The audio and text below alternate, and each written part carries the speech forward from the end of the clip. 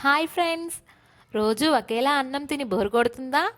అయితే ఈరోజు చాలా సింపుల్గా తక్కువ పదార్థాలతో ఎంతో రుచికరంగా ఉండే బెండకాయ రైస్ తయారు చేసుకుందాం.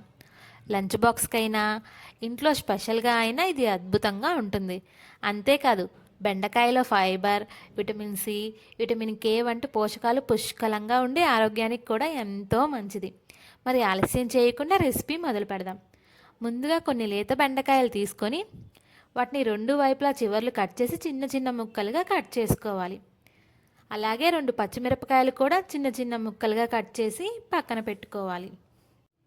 ఇప్పుడు స్టవ్ ఆన్ చేసి కడాయి పెట్టుకొని అందులో 2 టేబుల్ స్పూన్ నూనె వేసుకోవాలి.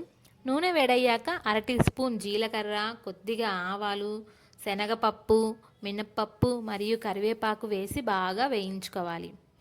ఇలా బాగా వేగిన తర్వాత కొన్ని పల్లీలు వేసి గోల్డెన్ కలర్ వచ్చే వరకు వేయించుకోవాలి.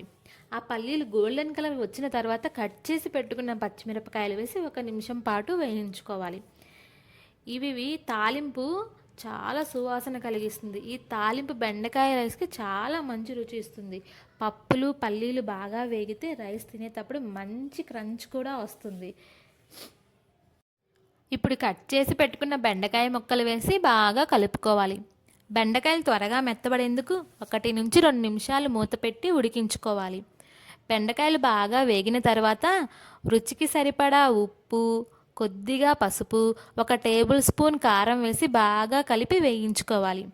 ఇలా బాగా వేయించుకున్న తర్వాత చివరిగా 1 కప్పు ఉడికించుకొని చల్లార్చిన అన్నం వేసుకొని ఈ బెండకాయ మసాలా మొత్తం అన్నానికి పట్టేలా బాగా కలుపుకోవాలి.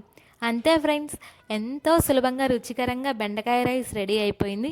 ఈ రెసిపీ మీకు నచ్చితే లైక్ చేయండి, షేర్ చేయండి. ఇంకా ఇలాంటి రెసిపీల కోసం మన అన్యాస్ కిచెన్ అండ్ వ్లాగ్స్ను సబ్స్క్రైబ్ చేయడం మర్చిపోవద్దు. మరో టేస్టీ రెసిపీతో ఇంకో వీడియోలో మళ్ళీ కలుద్దాం. Bye friends.